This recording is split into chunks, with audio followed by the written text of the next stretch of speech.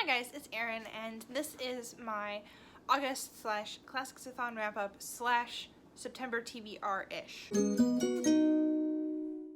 So I finished 12 books in August, or something like that, because I haven't been doing a very good job of keeping track on Goodreads, so my bad. 7 of them were books that I read for Classicsathon, or which qualified for Classicsathon. I will explain why I'm distinguishing in a minute. If you watched my Classicsathon TBR, you know that I had a pretty ambitious TBR, which I did not expect to meet, and sure enough, I did not read all of those books. Although I did read like as many books as I projected, they're just not the same books. Of the books that I had on the TBR, I did read the kind of like top 3 that I wanted to finish, and enjoyed everything that I read, so that was great. This month ended up being a lot busier than I expected, and I learned pretty quickly that the swathes of time that I thought I would have to read classics, I really didn't. So that's part of the reason that I didn't get to some of the later classic works. But here are the ones that I did finish. The first one I finished was Lawrence Stern's The Life and Opinions of Tristram Shandy Gentleman. I have done a full review video on this because I have lots of feelings, and so go check that out if you want to know a whole lot more. I can't really summarize the plot because there isn't one, but it is a rambling narrative about not Tristram, but his father and his uncle, and humanity, and all kinds of lovely things. Once I realized that there wasn't going to be a plot and the story wasn't actually going to be about Tristram, I really enjoyed this. I found it just absolutely delightful and intriguing from an academic perspective, and it is definitely one of my favorite classics that I've read this year. This is kind of the year of like weird classics. My favorites video at the end of the year is going to be filled with ones that I'm just like, this was wild and I liked it. So anyway, this is one of those. I would probably give it 4 stars just because it is so random. Some people might not like it, but 5-star level of enjoyment for me. The next one that I finished was George Eliot's The Mill on the Floss. This is part of one of my 2019 classics goals, which is to read all of Eliot's works. I'm not going to finish in 2019, that's become pretty clear, but I will have made a pretty good dent. This is the 3rd of her novels that I've read, and the 2nd published novel. I'm reading them in publication order. I did not like The Mill on the Floss quite as much as I liked Adam Bede and Middlemarch. So the story follows Maggie and Tom Tulliver, who are brother and sister, who grow up at Dorlcote Mill in northern England. And Maggie is passionate and sensitive and just she loves deeply and she wants to be loved in return, but those qualities aren't really considered appropriate for a girl in her time, and so people just sort of like push her off and tamp her down, and that includes her brother Tom. Tom is a very black and white thinker, and he does not understand Maggie at all. The story is about them as they grow up and go through some personal tragedies, including the death of some family and the loss of the mill, and the different ways that they react to those situations are very interesting. And then kind of in the last, not even the last third, towards the end of the book, Maggie and Tom come into conflict over a couple of other men that she meets now she's an adult, including the son of their family's greatest enemy, and also this really charming, charismatic young man who has good intentions but doesn't carry them out in the best way. And all of these things impact Maggie and also impact her relationship with her brother. So like I said, I have feelings about this book, and I just finished it last night, and so I feel like I need to process more before I really talk about it. I'm definitely going to do a full review for that, and I will link it down below when I have gotten to that, but it might be a couple of weeks or even a month before I can really sit down and do that. So stay tuned. Initial thoughts, I would probably rate this at 3.5 or 4 stars. I felt like by the end I understood what Eliot was trying to do, and I do think she was able to accomplish it, and I do agree with the point that she was trying to make, which I can't really talk about without spoiling it. But I felt like the narrative was just too like long. This covers like almost 10 years, and there's a lot of jumps, like time jumps. I feel like she could have tightened up the narrative a lot, and stuff like things and people just kind of like show up towards the end of the book, and you're like, well, this makes it better, but you could have like laid some ground for that earlier. But it's only her second published novel, and it's trying to be a little bit bigger in scope than Adam Bede, both in time and in characters, and she doesn't quite succeed yet. She does get there by the time she writes Middlemarch. So those are kind of my thoughts about that. Also, Tom Tulliver is probably one of my least favorite characters ever. I spent the whole book, literally the whole book, just kind of wanting to smack him a lot with a horsewhip. He's just not very nice. He takes advantage of Maggie and is just like, he's really mean to her. And Eliot portrays him in a very like well-rounded and interesting way, but characters like that are just like so black and white and rigid and inflexible and unempathetic are characters that I really just like can't stand on a really visceral emotional level. I've been known to DNF books with characters like that, so honestly Eliot was doing a great job because I finished it. And like I said, I didn't dislike the book, especially once I kind of understood why she had written characters in a certain way or why she'd had events go in a certain direction. It made sense to me based on what she was trying to do, but not my favorite of Eliot's work. The last book that I finished was Wide Sargasso Sea by Jean Rhys. This is kind of, it's a backstory slash retelling of Jane Eyre, and we learn about Bertha Mason, who in this book is called Antoinette. We learn about her upbringing in the Caribbean, and then of the early days of her marriage to Mr. Rochester, who's actually never named in the book, but you just kind of know it's him. It was really interesting. Again, I just finished this last night, so I'm still working on forming my thoughts. I think I would also rate this one 4 stars. I thought it was really interesting the way that Rhys, who grew up in the East Indies like a century later, the way that she portrays the complexities that Antoinette and her family face. She moves the story forward in time a little bit and sets it right around the emancipation of slaves in the British colonies, and Antoinette grows up poor because of that, and also afraid because of the rancor the black population feels for the white former plantation owners, which is entirely understandable and justified, and the prejudices on both sides don't go away. And so that gives us some insight into the state of her mental health, because of course Bertha Mason, spoiler, cover your ears if you haven't read Jane Eyre for a sec, is the mad woman in the attic, the kind of quintessential mad woman in the attic, and we get to see and understand like what brings her to the point where she seems like she's mad. It's definitely, Rochester deserves a lot of the blame. I felt like he wasn't portrayed as complexly as he could have been. He wasn't really the bad guy, and I almost kind of understood where he was coming from, which wasn't the impression I had gotten of this book, so I was a little confused by that. I had been pitched this as a very like feminist book that was super hard on Rochester and just like painted him as a villain, but I didn't really see that.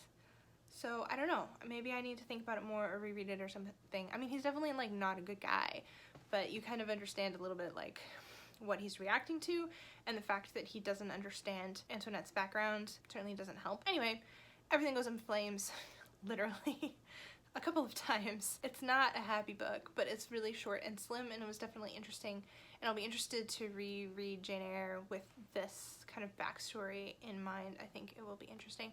I already wasn't a Rochester fan, so it didn't like hurt my opinion of him very much. I still think Jane should have just said goodbye to all of the men in her life and founded a school and been happy, but no, she didn't. So, oh well. Anyway, great reading month as far as that. And then kind of in between and around and during those 3 books, I had a sudden urge to reread some Dorothy Sayers mysteries. These were British mystery novels that were published in the 1920s and 30s, so they count as classics. They were not on my TBR at all, and they are massive rereads. I've read these so many times. I actually wrote my undergraduate thesis on 3 of these books. Very familiar with them. So they weren't new, but they are classics, so they count towards my Classicsathon total, which is great. Here they all are. Lovely, lovely, lovely. We have Whose Body, which is the first of the Lord Peter Wimsey mysteries. We get introduced to Peter and some of the recurring characters in the story, like Chief Inspector Parker of Scotland Yard and his mother, who's this lovely, she's wonderful, just adorable. Sayers does a great job with characters. A man who is somehow connected to the Wimsey family finds a dead, naked body in his bath one day, and Peter toddles along to check it out at his mother's request because the man is understandably rather upset, and Peter has begun to dip his toe into some amateur sleuthing, so he gets permission to investigate who the body is, because nobody can identify it, and how it got in the bath and why it's there. To do that, he teams up with Chief Inspector Parker, who is searching for the missing Sir Reuben Levy, who is a well-known and well-respected financier, and so they agree to kind of like collaborate and help each other with their two cases. It's a slim little book. It's really interesting. It introduces Lord Peter's shell shock or PTSD, which I think is really interesting. The guy who did it is a little terrifying, and in like the cold, calculating kind of way, not the creepy kind of way. And I really enjoyed it. I will say about this one and about the rest of them, I was surprised this time. It's been a while since I've read any of Sayers's books. There's kind of some casual anti-Semitism floating around in these, which I know is just a product of the times. That just left a little bit of a bad taste in my mouth, and I don't know that it's necessarily like so egregious and offensive that it's worth just like throwing out the good parts of the book, which is like all the rest of it, but definitely something to be aware of. I'm gonna have to think a little bit more about how I feel about that. It sort of surprised me. I just, like, you know, when you start reading these books when you're 17, you just don't notice that kind of stuff. The next one I read was Carcass. This features Harriet Vane, who is a woman that in a previous book, Lord Peter proved innocent of killing her lover and then proposed to, and she was like, no. And, but she's on a vacation, a walking tour, because you can do that in England, which sounds lovely. We should have that here. But I would be terrified. Anyway, she's walking on the beach one day and she discovers a dead body. Lord Peter comes down to help her with the case, and it turns into a really interesting and complex case. There's an unbreakable alibi. They're like, we're really sure that it, like, clearly it had to be this person, but it absolutely couldn't be because he was like seen at the time of the murder, and they have to figure out like what the deal with that is. Also, Peter and Harriet are kind of working out what their relationship is going to be, not romantically, but just like as friends. Are they going to be friends? Can they manage that? And they're good for each other. I really like their quarrels. They're productive quarrels, which is good. Gaudy Night also features Harriet Vane. I was on a Peter Wimsey Harriet Vane kick. Harriet goes to her Oxford College's Gaudy or reunion and learns that there are poison pens, or a poison pen. Somebody's sending nasty letters to the women at the college, and eventually it kind of like escalates, and so she gets asked to investigate. This is less about the mystery than it is about Harriet and Peter's relationship, them again kind of like trying to work through like, could they be together as a couple?